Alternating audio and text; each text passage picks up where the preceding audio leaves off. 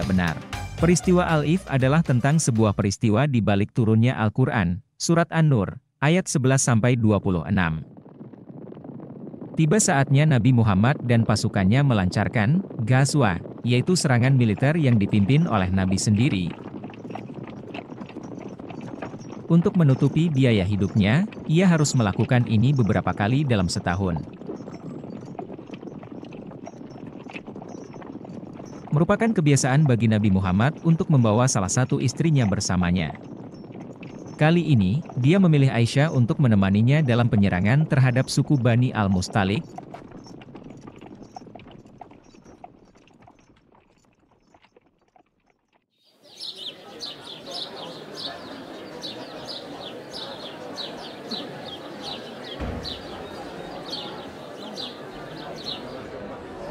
Serangan ini berhasil dengan mudah, karena umat Islam tiba-tiba menyerang orang-orang Bani Al-Mustalik ketika mereka memberi minum ternak mereka.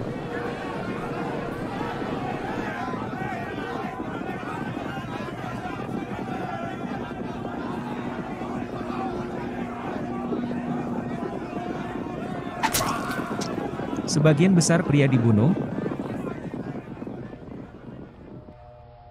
dan istri serta anak-anak mereka diambil sebagai budak.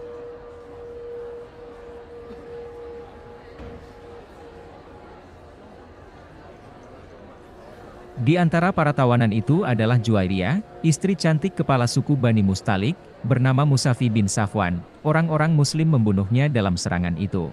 Sumber sejarah Islam menjelaskan bahwa Juwairiyah adalah salah satu wanita tercantik di Arab. Dia adalah seorang wanita yang terpandang, yang dibesarkan sebagai seorang putri. Aku benci wanita itu sejak pandangan pertama karena kecantikannya yang menakjubkan. Aku tahu apa yang akan terjadi jika suamiku, Nabi Muhammad, melihatnya. Aisyah memang tepat. Nabi Muhammad segera mengangkat Juwairiyah dari budak menjadi istrinya. Hanya dalam waktu singkat, dia menambah 2 istri baru, Zainab dan Juwairiyah. Nabi dan pasukannya tinggal di tanah itu selama 3 hari. Ketika mereka menyerbu sebuah kota, mereka tidak mengizinkan siapapun masuk Islam selama 3 hari. Selama 3 hari ini mereka akan mengumpulkan barang rampasan. Nabi mendapatkan 20% bagiannya, dan kemudian membagi sisanya untuk pasukannya.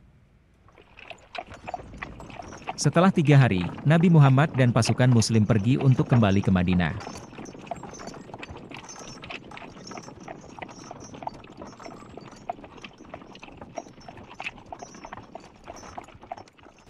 Menurut kisah yang disampaikan Aisyah, tentara Muslim berhenti istirahat semalam dalam perjalanan kembali ke Madinah. Aisyah meninggalkan tempat perkemahan untuk buang air. Aku harus pergi sekarang.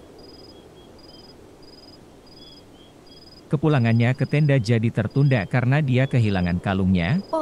Sepertinya aku menjatuhkan kalungku. Lebih baik aku mencarinya.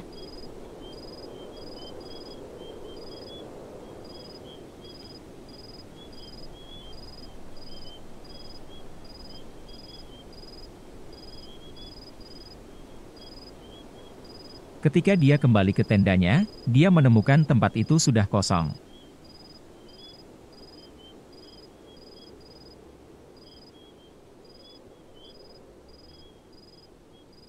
Oh, tidak. Mereka sudah pergi tanpa aku. Aku berharap Nabi Muhammad akan menyadari bahwa aku hilang, dan dia akan kembali mencariku. Ternyata, Nabi Muhammad tidak kembali untuk menyelamatkannya, dan bahkan tidak menyadari ketidakhadirannya sampai kedatangannya ke Madinah.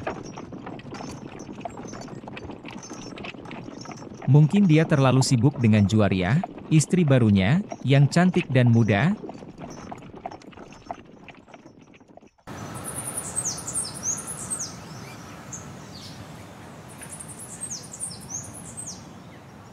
Gimana nih sekarang?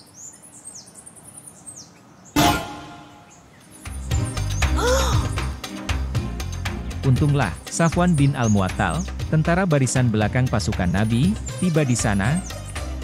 Oh, itu Aisyah kan? Apa yang dia lakukan di sini?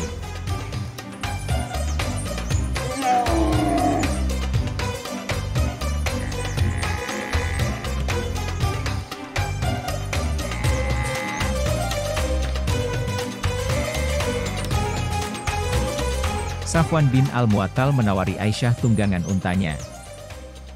Setelah itu, dia membawanya ke Madinah. Menurut Sahih Bukhari, begitulah kisah yang diceritakan oleh Aisyah. Ini menyiratkan bahwa dia menghabiskan lebih banyak waktu di toilet gurun itu daripada waktu yang dibutuhkan pasukan besar tentara untuk bersiap dan bergerak untuk meninggalkan tempat itu dan segera menghilang dari pandangan. Itu juga menyiratkan bahwa dia tidak mendengar atau merasakan pergerakan pasukan berjumlah 700 pria, dengan wanita, kuda, unta, tawanan, dan budak mereka. Pemandangan Aisyah dan Safwan bin Al-Mu'attal memasuki kota Madinah merupakan keanehan yang luar biasa mengingat situasi dan budaya yang berlaku.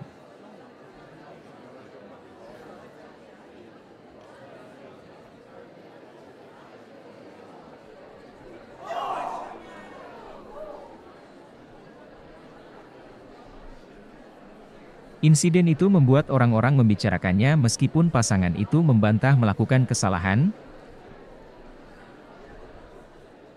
Tentu saja tidak ada apa-apa di antara kita.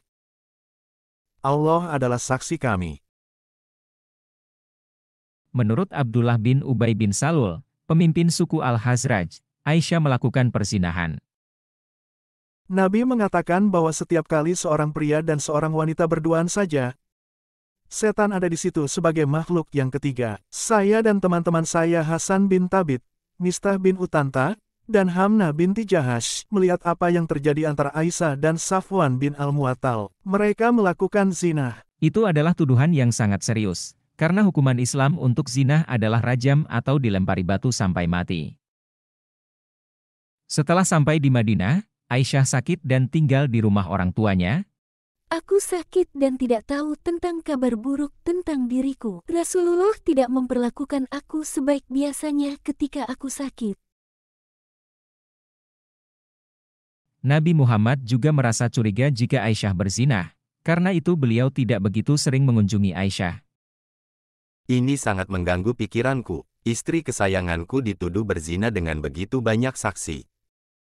Menurut hukum Islam, aku harus merajamnya sampai mati, tapi aku tidak sanggup kehilangan dia. Apa yang harus kulakukan? Karena kebingungannya, Nabi Muhammad memanggil Ali bin Abi Thalib dan Usama bin Zaid untuk meminta nasihat. Haruskah aku menceraikan Aisyah? Ya Rasulullah, dia kan istrimu, dan kita semua sudah tahu bahwa dia itu orang yang baik. Ya Rasulullah, Allah tidak membatasi dirimu, dan ada banyak wanita selain dia. Namun, jika kau bertanya kepada budak perempuannya, dia akan mengatakan yang sebenarnya. Kalau begitu panggil budak perempuan itu. Barira, budak perempuan Aisyah, dipanggil untuk menemui Nabi Muhammad. Wahai Barira, apakah kau pernah melihat sesuatu yang mungkin menimbulkan kecurigaanmu tentang Aisyah? Tidak, Rasulullah. Di mana dia pada malam di padang pasir? Saya tidak tahu ya Rasulullah. Katakan yang sebenarnya. Saya tidak tahu harus berkata apa lagi. Mengapa Barira tidak tahu kalau haudah Aisyah kosong? Mengapa Safwan bin Al-Mu'attal begitu jauh tertinggal di belakang? Masalah ini tidak akan terjadi jika bin Salul tidak menyebarkan berita bahwa Aisyah berzina. Aku akan menghukumnya. Nabi Muhammad mengumpulkan para pengikutnya di masjidnya. Dia meminta seorang sukarelawan untuk menyingkirkan Abdullah bin Ubay bin Salul, pemimpin suku Hazraj yang sangat disegani. Suku Hazraj merupakan Muslim Ansar Madinah. Ini adalah bukti bahwa Nabi tidak segan-segan membunuh umat Muslim yang menyakiti perasaannya. Siapa yang akan mendukung aku untuk menghukum Abdullah bin Ubay bin Salul yang telah menyakitiku dengan memfitnah reputasi keluargaku? Demi Allah, aku tidak tahu apa-apa tentang keluargaku kecuali kebaikan, dan mereka telah menuduh Aisyah yang kukenal sebagai orang yang baik, dan dia tidak pernah memasuki rumahku kecuali bersamaku. Sadi bin Mu'ad, kepala suku Aws di Madinah, menjawab, Ya Rasulullah, demi Allah, aku akan membebaskanmu darinya. Jika pria itu dari suku Aus, maka kami akan penggal kepalanya, dan jika dia dari saudara kami, Khazraj, maka perintahkan kami, dan kami akan melaksanakan perintahmu. Atas hal itu seorang muslim bernama Sa'd bin Ubadah, yang merupakan kepala suku Saidah dari suku Khazraj, berkata, Demi Allah, kamu telah berbohong, aku tidak akan membiarkanmu, dan kamu tidak akan pernah bisa membunuhnya. Demi Allah, kaulah yang pembohong, kami pasti akan membunuhnya, dan kamu adalah seorang munafik, yang membela orang-orang munafik. Jaga mulutmu yang kotor.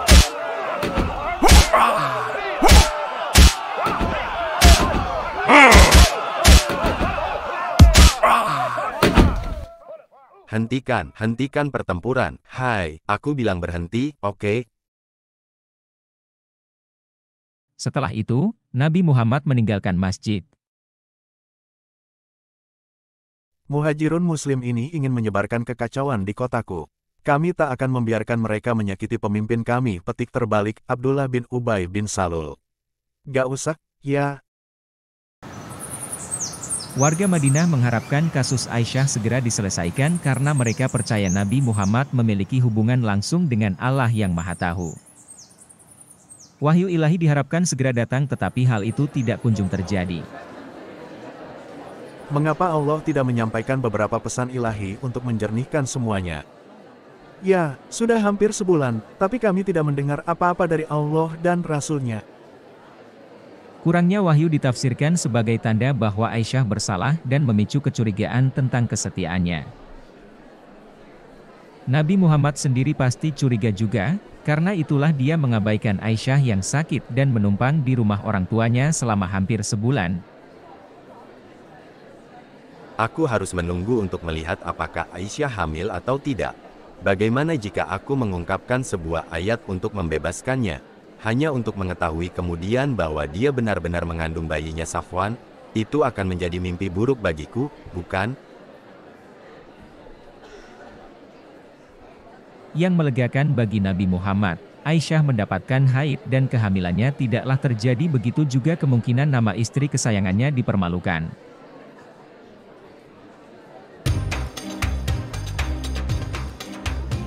Setelah itu, Nabi Muhammad mengunjungi Aisyah di rumah ayahnya, Abu Bakar. Inilah saatnya bertemu Aisyah untuk mengungkapkan pesan ilahi yang telah lama ditunggu. Wahai Aisyah, jika kamu tidak bersalah, maka Allah akan menyatakan kamu tidak bersalah. Tetapi jika kamu telah melakukan dosa, maka mintalah ampunan Allah dan bertaubatlah kepadanya. Aku tidak melakukan kesalahan apapun. Aku tidak bersalah. Oh, aku mendapat wahyu dari Allah untuk membebaskanmu, wahai Aisyah. Quran, Surah An-Nur, ayat 11. Sesungguhnya orang-orang yang datang membawa dusta adalah suatu golongan di antara kamu. Jangan berpikir itu buruk bagimu, sebaliknya, itu baik untukmu. Untuk setiap orang di antara mereka adalah apa hukuman yang dia dapatkan dari dosa. Dan dia yang mengambil bagian yang lebih besar untuknya, yakni hukuman besar neraka. Dan juga ayat 12 dan 13. Aduh, senangnya. Terima kasih ya Rasulullah. 3 pria dan 1 wanita telah mengaku menyaksikan Aisyah berzina. Setelah hal itu terjadi, Nabi mengeluarkan hukum baru dalam Al-Quran, Surat An-Nur, 24, ayat 13 yang mewajibkan 4 saksi mata laki-laki mesum untuk menuduh zina terhadap seseorang. Kegagalan menghadirkan 4 saksi mata muslim akan membawa hukuman qadf berupa 80 cambukan bagi orang yang melaporkan zina. Dalam hal ini kesaksian seorang wanita tidak diterima, bahkan tidak dihitung sebagai setengah kesaksian.